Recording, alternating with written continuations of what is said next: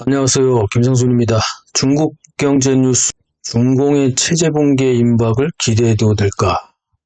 예, 중국 그림자 금융 대명사인 중즈그룹 파산 위기가 도화선이 되나 이 내용을 준비를 했습니다. 네, 좀 쇼킹하죠? 지난 11월 17일요, 연영성 심양시에서는 중즈그룹, 우리말로 하면 중식그룹이 되는데요. 중식그룹으로 발음할게요. 중즈는 중국 발음이고, 자, 중식그룹에 투자한 투자자들이 중국은행 앞에 모여서 투자한 돈을 돌려달라고 시위를 했습니다. 중국의 시위는 딱히 특별한 시위 노래가 없기 때문에 시위가가 없어요. 아시다시피. 그래서 중국의 국가를 부르며 시위를 벌이기도 했는데요. 중식그룹에 대한 시위는 그 뒤에 11월 22일 사천성의 성도에서도 발생했습니다. 청두라고 하죠. 성도시에서도 발생을 했는데, 성도시에서 발생한 중식그룹 투자 반환 요구 시위에서는요, 시위 진압에 나선 경찰에게 시위대 일부가 끌려가면서 더 큰 소란이 발생하기도 했습니다. 점점 중국인들의 시위 형태도 나름 많이 진화하고 있죠. 제가 한 4년 동안 계속 보여드리고 있는데, 이전에는 아시다시피 꿇어 앉아서 꿇어족이라고 하죠. 그저 울며 불며 사정사정 비는 수준이었습니다만, 최근에는 시위를 하는 사람들이 함께 하다가 갑자기 끌려가면 지금은 나서서 저항을 하고 구해내고 그 경찰서나 파출소 앞으로 가서 그 사람 구속을 풀어달라고 석방하고 기과시켜라고 시위를 하기도 합니다. 많이 달라졌죠. 한번 정리 한번 해보겠습니다. 재작년에 또 한번 정리한 것 같은데 한번 해볼게요. 자, 어쨌든 중국은 현재 확실한 경기 침체로 경제 위기가 곳곳에서 지금 포착이 되고 있습니다. 여러 번 얘기를 했고 여러분들도 이미 여러 매체를 통해서 알고 계시지만 글로벌 투자자와 생산 기업의 탈중국화, 해외 오더 급감으로 실업대란, 부동산 시장 붕괴, 금융시장 위기, 지방재정 위기, 내수시장 침체 등의 키워드들이 이미 낯설지가 않죠. 이제는 이런 키워드들이 어떻게 됩니까? 이미 종합적인 시너지 효과를 내면서 물론 부정적이지만 중국 입장에서 보면 이런 종합 시너지를 내면서 중공이 통치하는 중국 경제는 지금 현재 아주 암울한 상태입니다. 게다가 미국과의 패권 전쟁은 지금도 계속 진행 중이고요. 자, 세수 부족으로 지방정부는 공무원들의 월급이 밀릴 정도이고 대규모 국영기업은 어떻습니까? 내수 시장 침체와 해외 수출 하락으로 그동안 숨겨왔던 부채와 부실이 그대로 드러나고 있고요. 그동안 방만하게 운영하면서 통계까지 조작했던 숨겨진 부채와 회계 버블이 중국 경제를 쓰러뜨릴 수 있는 뇌관으로 성장하고 있습니다. 중국에서 지금은 공산당 당국과 정부기관에서 언론 통제와 정보 통제 및 통계 조작, 선전선동으로 일반인들은 물론이고 세계가 이 위기를 인식하지 못하도록 전력을 다해서 중국발 경제 위기를 막고 있긴 합니다만, 그러나 전문가들의 내부 진단에 의하면 도처에서 언제 폭발음이 동시다발적으로 혹은 연쇄적으로 터질지 모를 상황까지 와 있다. 이렇게 진단하고 있습니다. 제가 경제 전문가는 아니지만 저 역시도 이런 상황들을 보다 보면 저도 이미 이런 상황을 느끼기 때문에 이 방송까지 하는 거 아니겠습니까? 자, 언론이 이런 사실을 보도하지도 않고 있죠. 그리고 공산당 선전선동에 길들여진 중국 인민들은 당연히 중공이 통치하는 중국이 세계에서 가장 안전하고 가장 성장이 빠르며 조만간 미국을 제치고 경제 규모에서 세계 1위를 탈환할 것이라고 지금도 철석같이 굳게 믿고 있습니다. 그러나 서방 언론들은 어떻습니까? 이미 물 건너갔다 이런 보도들이 계속해서 나옵니다. 작년까지만 해도 안 그랬는데 올해부터 벌써 그런 보도가 많이 나왔죠. 여러분들도 아시죠? 달라지고 있어요. 위험하다는 거 아닙니까? 중국 경제가. 그러니까 일반인들은 바로 이제 우리가 좀 있으면 세계 1위가 될 거야 이렇게 하지만 실제로 중국에 있는 전문가들이 보는 시각은 전혀 반대입니다.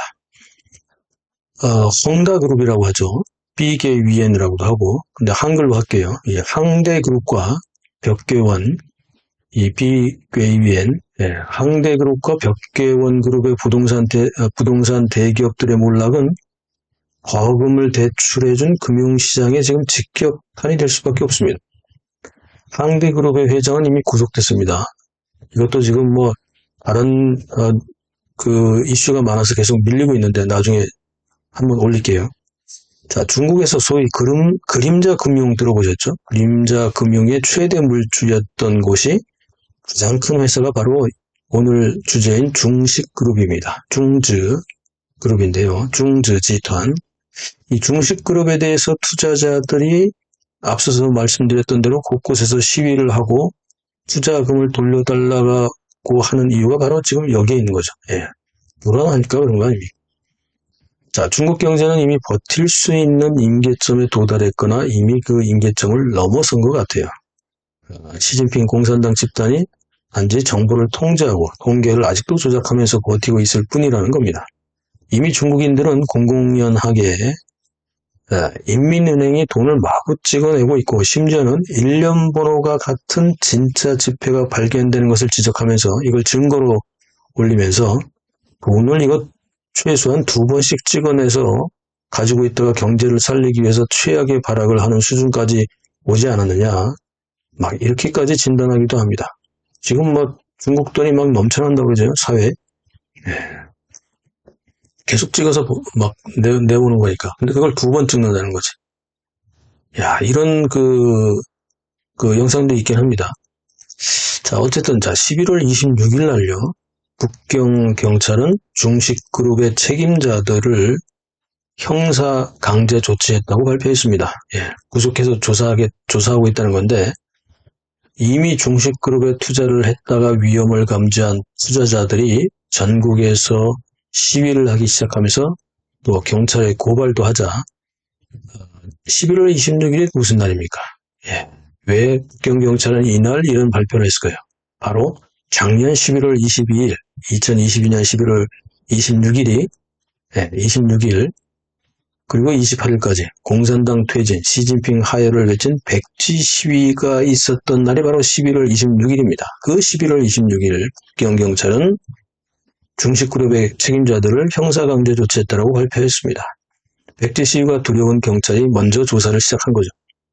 물론 고발도 있었지만 자, 공교롭게도 11월 26일은 바로 상해에서 시작된 백지 시위 1주년이 되는 날이기도 했고요. 이 백지 시위 1주년에 해외에서는 미국, 영국, 캐나다 등지에서 이미 백지 시위 1주년을 기념하는 공산당 퇴진, 시진핑 하야 시위가 전 세계 곳곳에서 벌어졌습니다.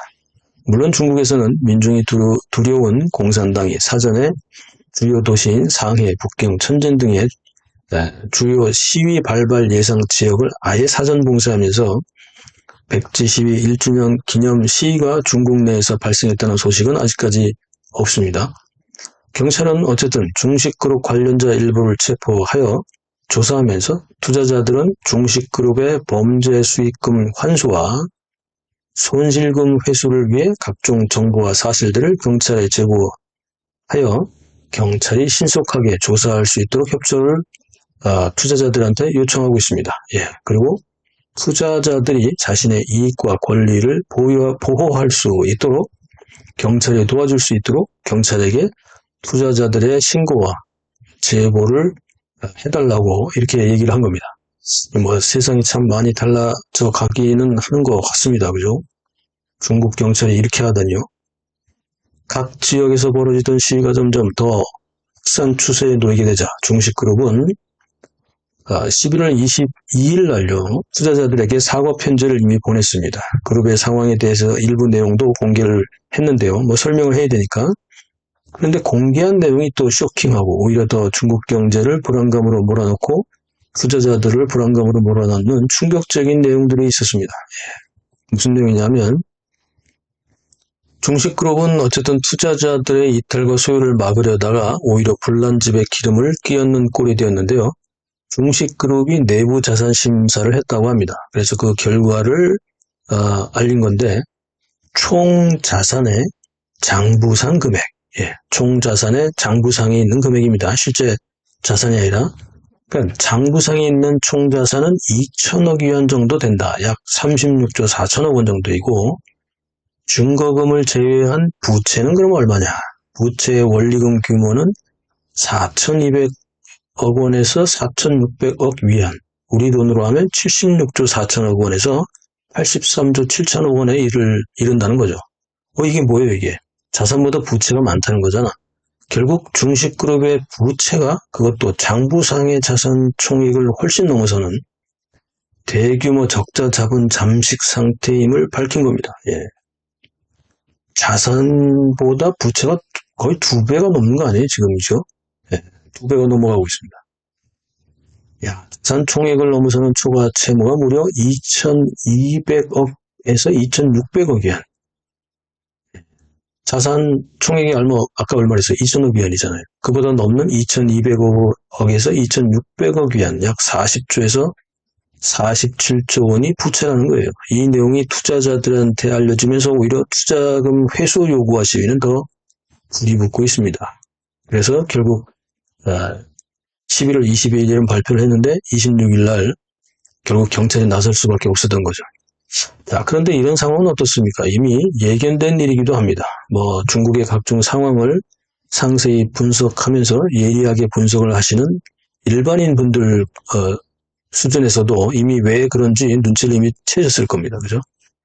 자, 이런 거죠. 중국 부동산 그룹을 대표하는 항대그룹과 헝다지团, 항대그룹과 벽계원그룹, 비괴위엔지团, 이 항대와 벽계원 이 두 대형 그룹으로 부동산 그룹으로 성장할 수 있었던 것은 세 가지 요소죠. 물론 다른 부동산 기업들도 마찬가지입니다.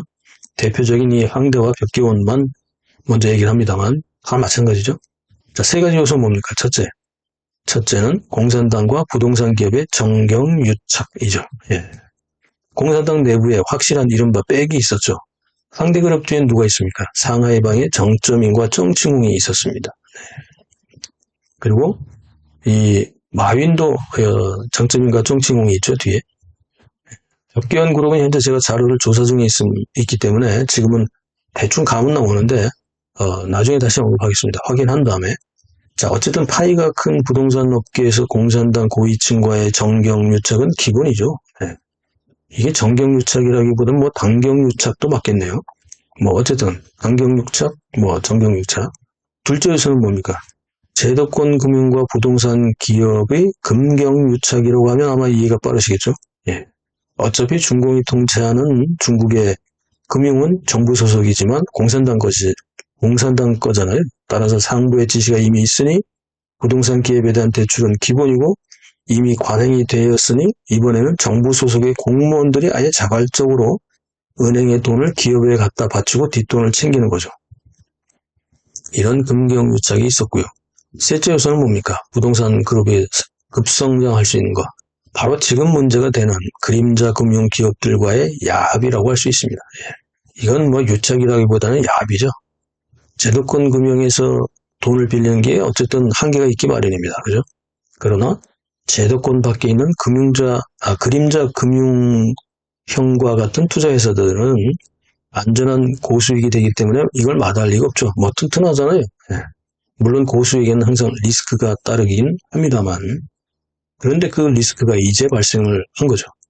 이렇게 순식간에 성장할 수 있었던 중국의 부동산 기업은 내수 침체와 집단 부패, 공개 조작과 장부 조작 등으로 부실 기업으로 전락했습니다. 중국의 부동산 기업이 몰락하자 어떻게 됩니까? 중국의 제도권 금융사와 지방정부의 재정 파탄이 당연히 따라왔죠. 이런 일련의 도미노 추락은 결국 지금 숨어있던 그림자 금융권에 있는 중식그룹의 대형 부실로 이어질 수밖에 없는 이른바 구조적 리스크가 지금 그대로 드러난 것입니다. 지금 항대그룹과 벽계원그룹으로 대표되는 부동산 기업의 파산 사태, 제도권 금융기관의 누적된 부실채권, 세수 부족으로 발생된 지방정부의 채무위기, 그리고 그동안 부동산과 금융의 부실과 버블 위기를 어느 정도 분담했었던 그림자 금융권의 몰락은 이제 시진핑의 통치 리스크, 즉 시진핑 리스크와 함께 CCP 리스크, 즉 공산당의 체제 붕괴 위기로 연결되고 있습니다. 이미 2022년에 누구도 상상하지 못했던 전국적인 백지 시위는 불과 하루 만에 상해에서 전국으로 번졌습니다. 아무리 인터넷을 통제하고 핵심 키워드들을 삭제하고 관리해도 이제 정보 공유의 속도를 공산당이 완벽하게 차단하고 통제할 수는 없는 상황이다 보니 언제 다시 백지 시위가 터질지 모를 일이죠. 이미 녹화와 생방송에서 수차례 설명을 제가 드렸지만 백지 시위는요, 천안문 사태와는 비교되지 않을 정도의 가공할 위력을 가지고 있습니다. 두 차례에 걸쳐 발생했던 천안문 사태는 북경의 천안문만 탱크로 진압하면서 끝났지만 백지 시위는 어떻습니까? 전국에 동시에 발생되었었기 때문에 앞으로 언젠가는 다시 나타날 2차 백지 시위를 공산당이 과연 천안문 사태처럼 일시에 단박에 무력으로 제압할 수 있을까요? 자, 인민들의 분노와 임계점이 점점 더 심화되고 확장되어가는 상황에서 다시 어떤 계기로 백지 시위가 나타난다면 홍콩 우산혁명이나 천안문 사태와는 전혀 다른 수준의 제2차 신의 혁명 정도 혹은 중국에서 드디어 민중 쿠데타가 발생해도 전혀 이상하지 않는 상황이 지금 중국의 상황입니다. 손바닥으로 잠시 하늘을 가려 눈을 속였지만 손바닥보다 빠른 시선의 움직임을 손바닥이 막을 수는 없죠. 참고로 중식그룹을 1995년에 창업했던 창업자 지에즈쿤이라는 사람이 있습니다. 2021년 12월 18일 오전 9시 40분경 북경에서 갑자기 돌연사를 했는데요. 이 사람은 1961년생으로 흑룡강성의 이춘시 출생으로 공산당 당원이었던 지에즈쿤 회장은 불과 61세의 나이로 돌연사를 했는데요. 중공 당국이 발표한 당시의 이유는 심장병 발작이라지만 이미 당시 주변에서는 자살을 당했거나 심장병 발작을 당했을 것이라고 합니다. 리커창 전 총리의 사망과 비슷한 사례로 볼 수 있죠. 자, 중국 전역에서 슬슬 불붙고 있는 중식그룹에 대한 시위에 대해 중공이 긴장하는 것은 바로 이런 이유 때문입니다. 중식그룹의 시위는 이제 본격적으로 시작되었다고 볼 수 있습니다. 그러나 단지 한 그룹의 파산 위기가 아니라 중식그룹의 파산은 도미노 현상을 불러올 수 있다는 겁니다. 그리고 중국에는 어떻게 됩니까? 시진핑 리스크와 CCP 리스크로 연결되어 중공의 붕괴 현상까지 영향을 줄 수 있기 때문에 어쩌면 우리가 바라는 중공의 몰락, 멸공의 시간이 갑자기 우리 앞에 나타날 수도 있기 때문에 우리가 함께 앞으로 계속해서 추이를 주목해야 합니다. 추가 보도를 기대해 주시기 바라고요. 오늘 내용은 생방송으로도 준비해서 보다 더 상세하게 조만간 설명드리도록 하겠습니다.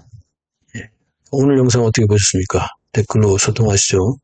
SNS 공유, 구독, 알림, 좋아요 눌러서 응원해주세요. 감사합니다.